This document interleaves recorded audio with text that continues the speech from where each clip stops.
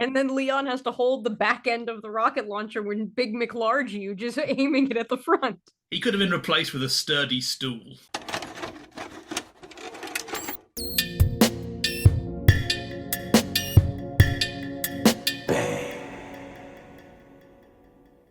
Hey there, Toonami faithful, and welcome back aboard Toonami Absolution, where we talk about the shows that made us us and the shows that made you you. Once again, we are your hosts. My name is Alyx. I'm Sam. And I'm John, and we're finishing off the most of the Resident Evil CG movies with Resident Evil Death Island, debuted June 22nd, 2023. So we have a new best for most recent movie. For us, this may have been last week. Yeah, this follows on from the last one we did. It's another Resident Evil movie. Certainly is. It is a Resident Evil movie. It's my favorite. It's my favorite of the ones that we've covered, honestly. Probably in no small part because it's the only one with Jill Valentine. And we get a scene where my two favorite Resident Evil characters team up for the first time, which is to say Leon and Jill. I mean, that's meant for me. That's my whole. This was made for me. No, like the fan service is on point in this movie. It is CGI wise not as good looking as the older ones, which is so wild to say. You've hit that period with the CG where everything has become higher res, so it now looks more realistic. But because it looks more realistic, you notice the bits that don't look right. Everyone is too clean and everyone's skin is too flat. Like, yeah, It's got that perfect smoky eye going on the entire time. well, that's the effect of the Wesker thing. It gives you really good makeup. Ah, I wish. Yeah. Jill's technically like in her 40s, but because she got infected by Ouroboros in 5 or whatever unique strain of it that turned her blonde, but then she got better. Like, yeah, she doesn't age. I think that's explained offhand somewhere, or maybe in the ancillary material to this movie. Either way, it looks great. It's in the answer. It also explains why she's moving like a JoJo character in this entire film. It's so good. I'm skipping ahead, but she hits a guy by jumping off a wall with a knife. She jumps through a hole and knifes a guy. And at one point, she just does this like kind of weird flipping attack. It's so just odd. Oh, she elbow drops a guy with a knife. So She does. It's so good. It's so good. it's so weird. It's like Jill just suddenly like starts moving like it's like literally feels like when you play like a video game with like bullet time. Like Jill has just held down R1. Oh, Yeah, she becomes the protagonist of Control. That's basically what happened. it it's fun. I like camp. I like it when they go over the top. I like Leon and Chris having to lift a rocket launcher and Leon struggling desperately while Chris is just normal. It's good. It's fun. I wish it looked better than it does. I do like their gay couple setting up an IKEA bookshelf moment with the rocket launcher. It's so funny. That whole like fan service scene at the end when they're fighting the boss, I am a little disappointed there was no giant eyeball to hit. But Well, I'm disappointed that it brings back most of the classic characters except, and this is me just nitpicking, but if you're going to do like a Avengers of the Resident Evil verse, you would think that Barry Burton and Carlos Oliveira should probably be there to complete the original trilogy set. is Carlos still alive? Carlos survives. He survives in both the original and remake. Yeah. Jill leave on the helicopter at the end. Barry's on vacation. Yeah, his vacation's about to get interrupted, much like Yeah. poor No, Leon Kennedy again. Barry's like union rules, man. Union rules. I have to work. Yeah, so for some plot for this film, we have a new villain, Dylan Blake. You may like him because he's like the old villains. Near exactly. His whole plan is he's made another new virus because this is what you do. Basically, he can infect anyone he wants with little bio drones, mosquitoes, and he's testing it out on Alcatraz, which, fun fact, Alcatraz is not this far from the coast, and it's not this big, and it doesn't have a submarine dock. That annoyed me. I lived in San Francisco for a little bit, and you can't watch films in Alcatraz after living there, because you'll realise that Alcatraz is small, not that impressive, and not that far away from the coast. Like, oh, just kind of there. Museum. It's a great museum. It's a great museum, but it's not like the ultimate fortress that every film wants to portray it as. I Yeah. do like the overhead shot of Alcatraz because it just reminds me of The Rock, and I think it's the exact same sweeping shot from The Rock. I think it is. Probably. Now, I will say, our heroes, all caps trademark. How many innocent bystanders did they save at Alcatraz? None. Zip.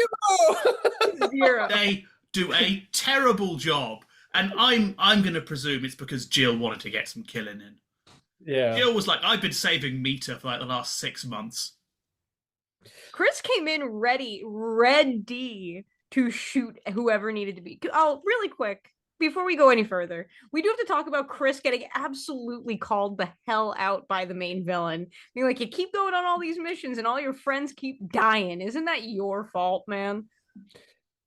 I mean, it kind of, It's here, mimetic in universe. That's so sad. yeah, I mean, at this point, this is also a pre-Resident Evil 7 world, so it gets worse. Uh, like, um, even though this movie came out post, I think it came out the same year no, it came out the same year as Remake 4, Yeah. but that's why they basically reuse assets for Jill from Remake 3 to show it's just the same build. It's like, oh, okay. Fair enough. And it's Nicole Tompkins is voicing and doing mocap. Great, fantastic.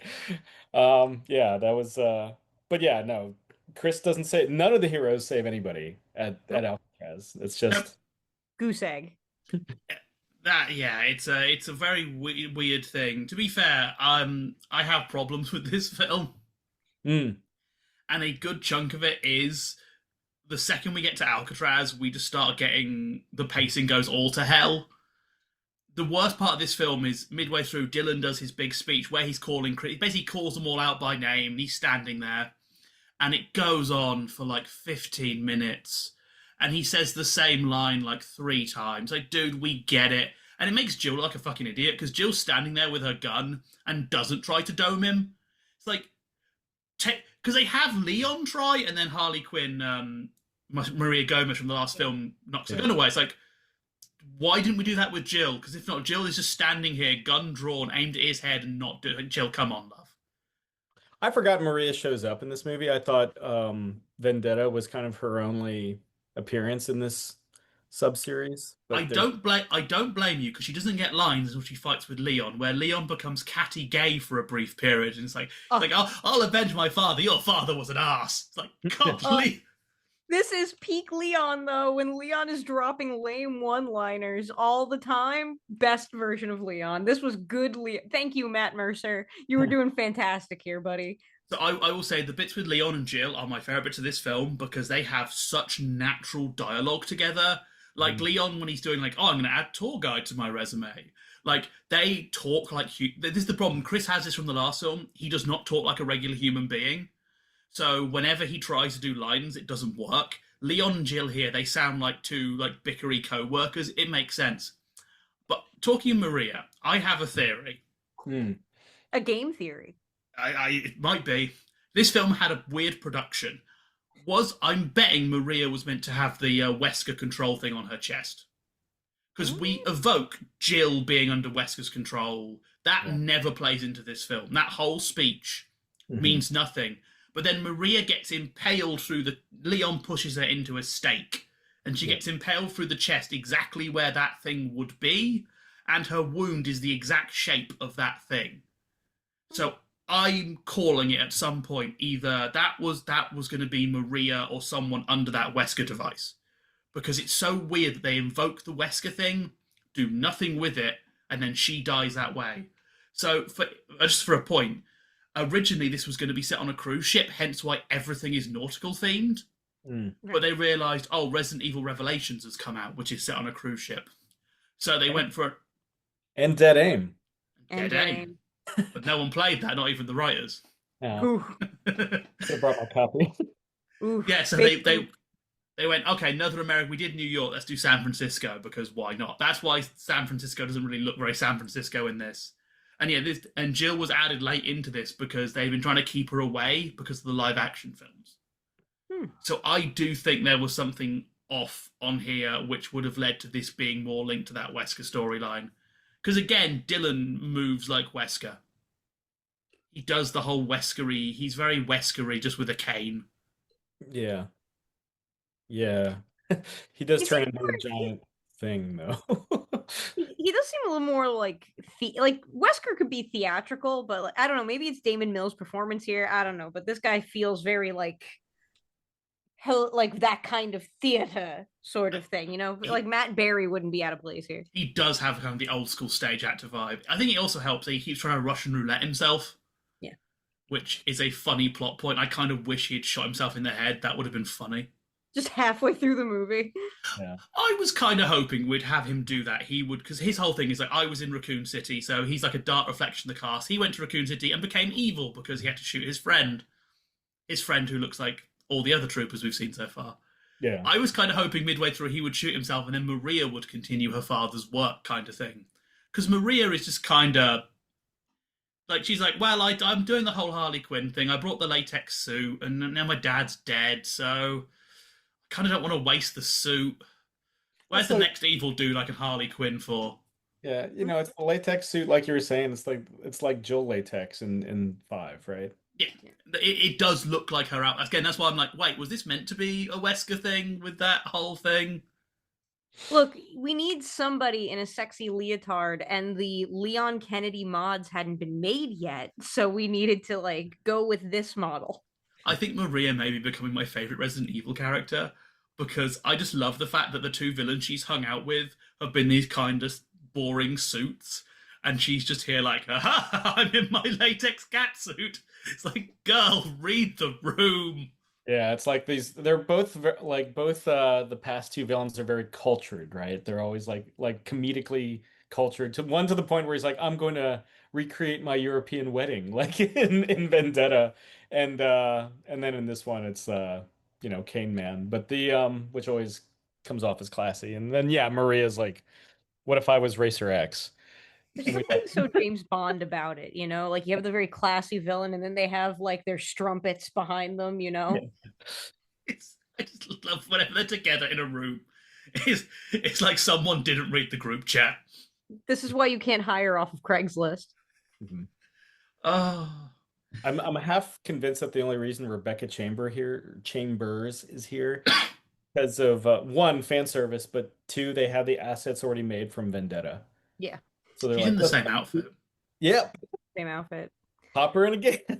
Part of me wants to talk about Claire, but then the rest of me remembers that they shockingly did not give Claire anything to do.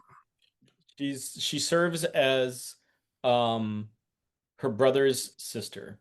That's it. Which is so upsetting because she's the better between her and Chris. Claire is the better character. I'm so mad about that. I'm so genuinely upset about it. She has a genuine arc as opposed to like either Muscle Boy Chris or Sad Boy Chris, or sometimes Sad Muscle Boy Chris. He's always sad, muscle boy Chris. It all depends on how that pre-workout is hitting that day, buddy. Yeah. Yeah, again, Chris here is surplus to requirements. He has no need to be here at all. He doesn't even get a good action scene, really. He's not in any of the interesting ones. I guess he's in the ending one, but even then he's driving a Jeep and telling Leon how to build a rocket launcher. Yeah. And then Leon has to hold the back end of the rocket launcher when Big McLarge just aiming it at the front. He could have been replaced with a sturdy stool. He could. In speaking, I cited the Avengers earlier. Is it Claire that does the Avengers unnecessary flip over the tentacle when the final fight starts? She kind of does the look, I can do a twirl in midair, and it's like, since when were you a gymnast? Since when did you There get? were a lot of unnecessary flips in that scene, to be fair.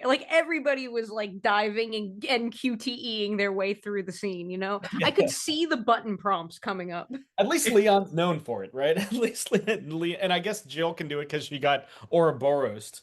But yeah. Wesker beamed Gymkhana into her mind. Yeah.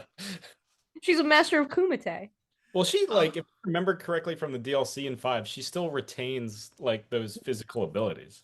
Yes. Yeah, they Steve Rogers her in a weird sort of way. She's just now Captain America. I'm here for it. Yeah, we love her. Yeah. But yeah, no, I do. The one real gripe I do have with them, I only have one real gripe, and that is it does feel like a bunch of cutscenes that got stitched together again. Like this doesn't feel like a movie, especially when you get to Alcatraz. It feels like I have gameplay segments in between each set piece, and I'm missing out on the gameplay segment. Yeah, entirely. I think there's because a couple of things where we get stuff that happens in cuts. Like when they're all healed, Leon vanishes in a cut, and he's like, "Oh, he's gone to get to the breeding tank," which previously took them like 5 minutes to get to, but now apparently Leon can just run there and like in the transition between two scenes. It does feel like this is set up for a game where there should be bits in between. Yeah. Was this one, John, was this one successful? It did pretty well. Very highly reviewed, 71% critic, 64% audience. Had a lot Wait, of the tight critic score was higher than the audience score? five reviews. All of them are gaming magazines. All of them are saying, "Hey, if you like Resident Evil, you'll like this." And it's like, well, that's not really a review. Sorry, Okay, all right. sorry, reviewers. But there isn't really like high culture like breaking down the symbolism of this film here. This is mostly just like lots of like Resident Evil film good. Leon hold gun. It had a lot of tie-ins. There was a tie-in with a curry restaurant. You get Resident Evil curry. Both Leon and Chris's watches were sold as limited edition pieces. So this was a marketing product.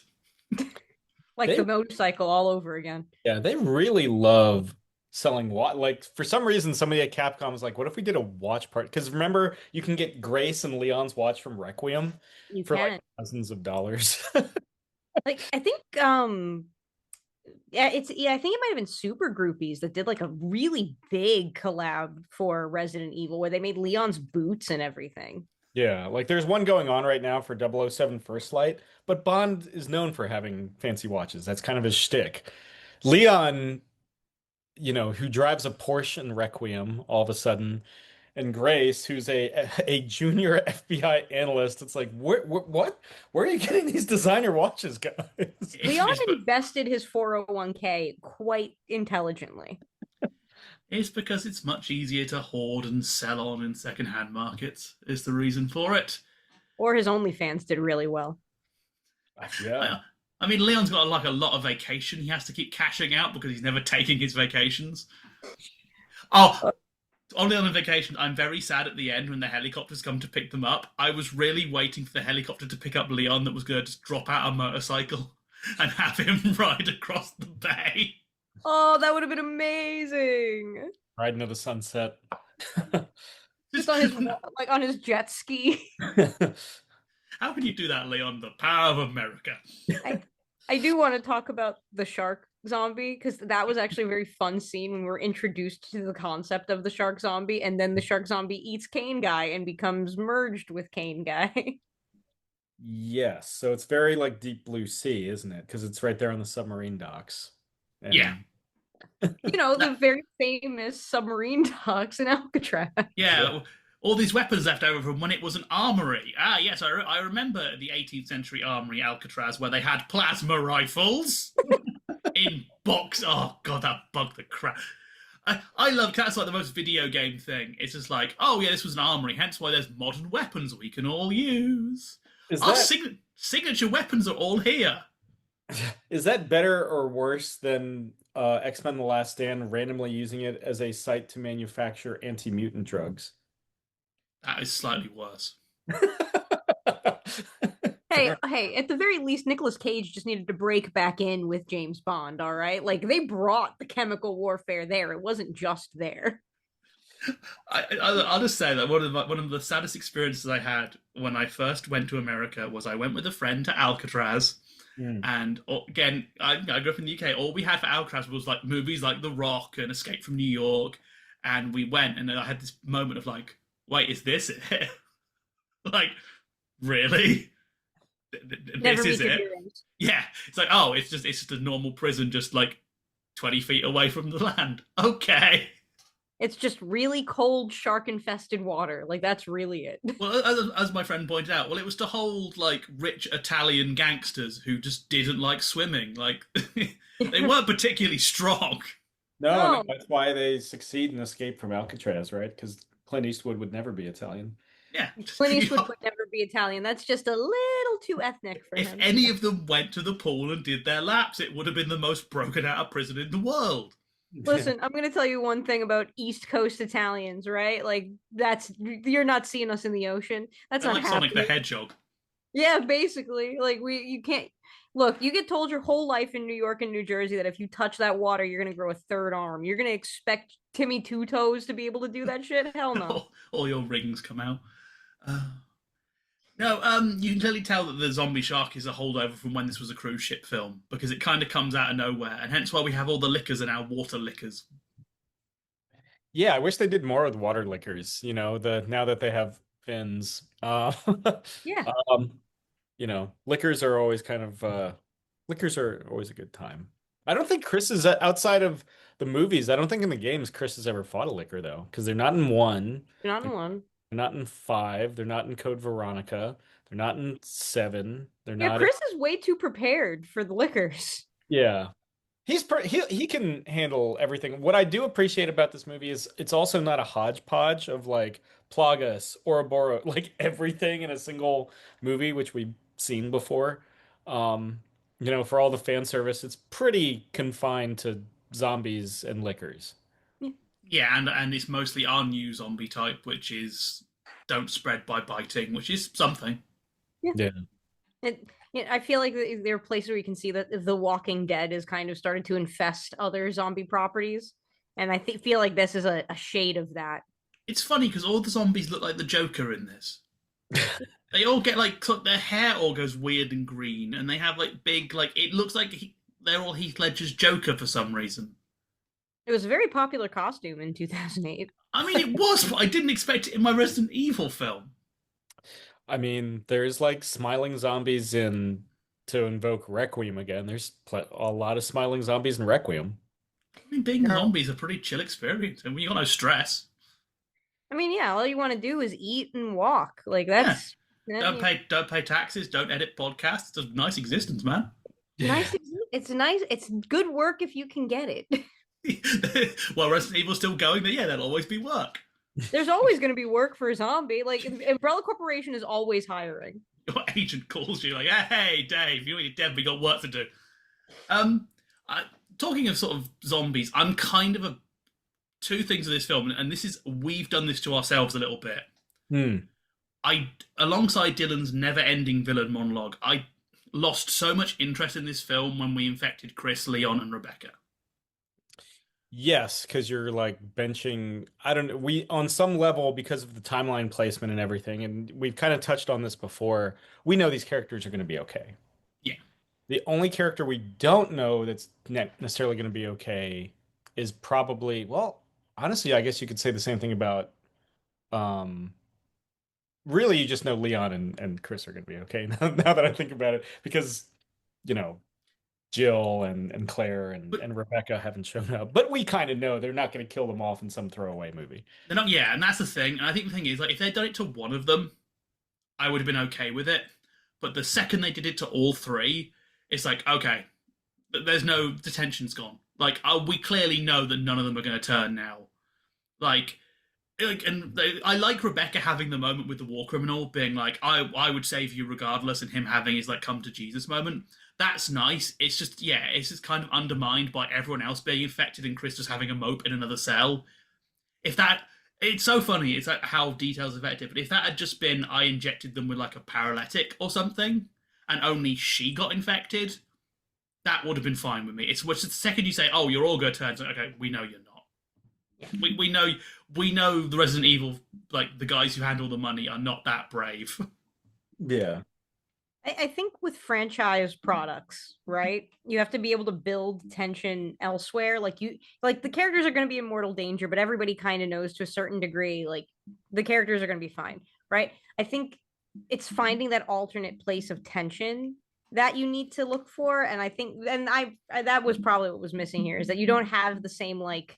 It's not like Dragon Ball Super Broly, where it's not a question if Goku is going to win or not. Are they going to have to kill Broly? That's the real tension. So like I think that that's what this needed was an alternate source of tension. I think if they'd have swapped that scene round, so the guy had been infected and he was locked in with Rebecca and she had been like just sedated, it would have worked for Dylan's thing of like, hey Jill, you're gonna kill this dude or you're gonna let your friend die to be even. and then there would have been a risk of, hey, then Rebecca still would have to fight her way out of this. And it makes Rebecca's choice to be like, no, I'm going to keep tending your wounds because I think you can push through this, to have more impact because she's more at risk. Because she's the bigger threat to him here. He's a dude who's been shot. What's he going to do? Yeah, I mean, and if anybody that would have made the most sense for singular mortal peril, it would have been Rebecca. Unless we're counting, all those Resident Evil Zero heads are somewhere like, well, you can't do that to Rebecca Chambers. Also, where's Billy Cohen? We haven't seen Billy Cohen since He was, Resident. he was one of the zombies. Obviously, he's one of Billy? the Is he zombies. okay? Is he all right? He's not. He is not. I guarantee you, he's not okay. He's interacted with Chris for more than 10 seconds. Yeah, He, I can't Chris wait. took. When we Oh, see remake design Billy, that's going to be interesting because I would Billy, I would laugh if they cut him out entirely. yeah, oh, the entire they idea might. of like a two-person Resident Evil Zero. It's like, what if we got rid of the less interesting person? Okay. What if we were just done with Billy? The you first know? first cutscene, Billy walks in and goes, "I'm going to do my laundry." That's all you see of him. Yeah. First cutscene is Billy goes with Chris to the gym and they ends up like getting choked to death on the bar. Chris of Mice and Men's him. Did we that's such a 2000s game design though. He looks like a Square Enix character that wandered into. If you asked me to draw the PS2, I would draw him. Yeah. Yeah. Now, since we invoked like knowing our favorites are safe, did anybody think that Leon was going to die in Requiem? No. God no. No. But I can deal with that in a game because at least I'm going to have some effect on him surviving. I struggle with that in a film. Like in a game, I understand there are contrivances because of gameplay. In a Yeah. film, it feels slightly what because in a film the writer could make contrivances. So why have you given me this contrivance? For me, I agree with that. And also, in video games, it is so rare that they will swap out your protagonist midway through the game. Like, I can count on my hand the number of times that has happened in my game playing experiences, but it's not common enough, and I don't think Capcom would have the nuts to do it. But you do swap characters. You go from Grace to Leon, and then Yeah, back. but not in this, but because the other character was permanently out of the picture. You know what I mean? Like, it's not Danganronpa V3. Like, Yeah, it's like you an know, old RPG. You've forgotten to take the sword of healing off Leon before he died. Now the game is unwinnable. the game Yeah. is on. Well, this Oh, isn't that kind of thing. talking of Resident Evil characters, I need to bring up. We invoke the man himself, Piers Nivens.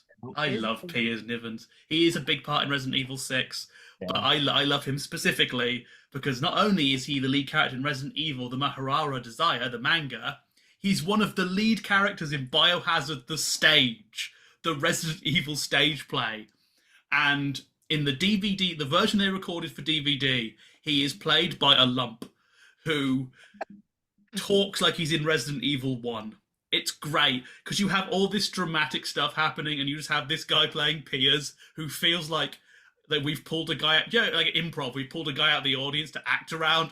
It's like, I keep waiting for him to pull his script out of his like plans, like, yes, Chris, zombies. I do like a good Piers reference, as much as I revile Resident Evil 6. But the before we go to final thoughts, rank the Resident Evil animated movies. Shit, I've got to remember the titles. Oh, so it's Degeneration, Damnation, Vendetta, Death Island. Not counting the fun amusement attraction. I like I'm counting on my fingers, but I've already forgotten. I think Vendetta's the lowest one for me. Vendetta's my least favorite. Vendetta's my least favorite. Yeah. Vendetta was last week, yeah. Yeah. Yeah, Vendetta is the lowest. This for me is second lowest. Ooh. Ooh. Buddy, Buddy puts the other one at point two. Buddy is. I liked having Leon and Buddy. They were such a nice team, and it's nice seeing Leon with a civilian. Yeah. I think for me, the first one, I really enjoyed that. In that it felt much more limited and like it knew what it wanted to be. It's just this is a silly sequel to 4. It's full on action movie more than like traditional zombie. Also, just, it's airport zombies. That airport scene was just, for me, classic zombie movie. Yeah.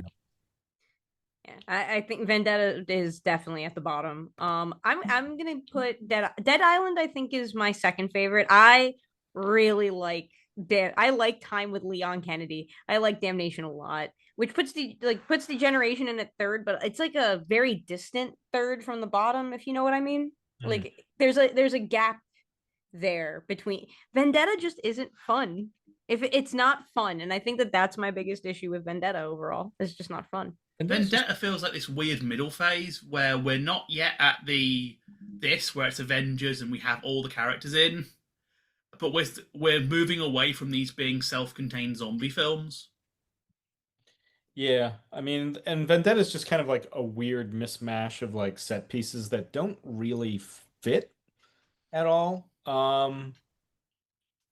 I always thought Damnation was kind of weird because you kind of like, but I'll take Damnation over. Oh, it's tough because I remember when Degeneration first came out and being really excited it wasn't the Paul W.S. Anderson movies. So I probably would go. I would probably go Vendetta on the bottom. Um, Probably Damnation third bottom, as much as I love Leon, and then Damnation, and then Death Island is my favorite. I Because just realised something. Oh, yeah, go. Ada Wadden's a liar. She said she would come back. We haven't seen her. They totally Yeah, got rid of same. her. Why was Yes, she not in this film? I she's a think liar. I think we're getting the Requiem DLC trailer next week, the week after we record this. Um, It's just weird. This is everyone is here, and there's no wonging. well, Well, I also the ratio is already off. no Barry and no Carlos. I mean, Yeah, but Barry's fine. I'm okay with no Barry. I just kind of hoping that Ada would be like being like, oh, being a normal tourist, and then pulled into this. Like she's like got a bucket hat and her sunglasses on, having a bit of culture. yeah. Her vacation is the one that's getting ruined this time around. No, like the ratio would have been off because you just have Leon and Chris, and then the rest of them are girls. Like then somebody's gonna complain. That is true. This movie could have nearly passed the Bechdel test, but they did stop it right at the right moment. They Mm. did. They chose to stop that. Cut that shit out. Um, Final thoughts, my friends. It's been good revisiting the animated Resident Evil movies, even Vendetta, just because it really kind of, a huge Resident Evil fan. Been good kind of touching on this like really odd segment of it, like of the franchise that continues on, at least as of 3 years ago. Um, yeah, no, it was good being back in Resident Evil world. This film is kind of like candy. It's a lot of fun. It's pure nonsense though. It's fun for the everyone is here. I'm kind of glad this is where this kind of ends. I don't think you could do this again without it becoming, for now. I'm sure they'll do another one at some point, but I hope so. I'm not sure if you can do the every. Because again, Chris isn't really that much use here. Jill is cool, but she doesn't like when she's not with Leon. They don't really have much to do with her. This definitely feels like Capcom are like, please use all of our marketing people in the next film so we can market watches and curry. Which for me, I liked it when it was more like old school zombie film. But this is not something that's going to hurt you. You're going to have a decent time with this. This isn't the live action films where everything's gone totally to shit yet. This is a fun little moment, but I hope they keep these Everyone is Here Smash Brothers films to the minimum.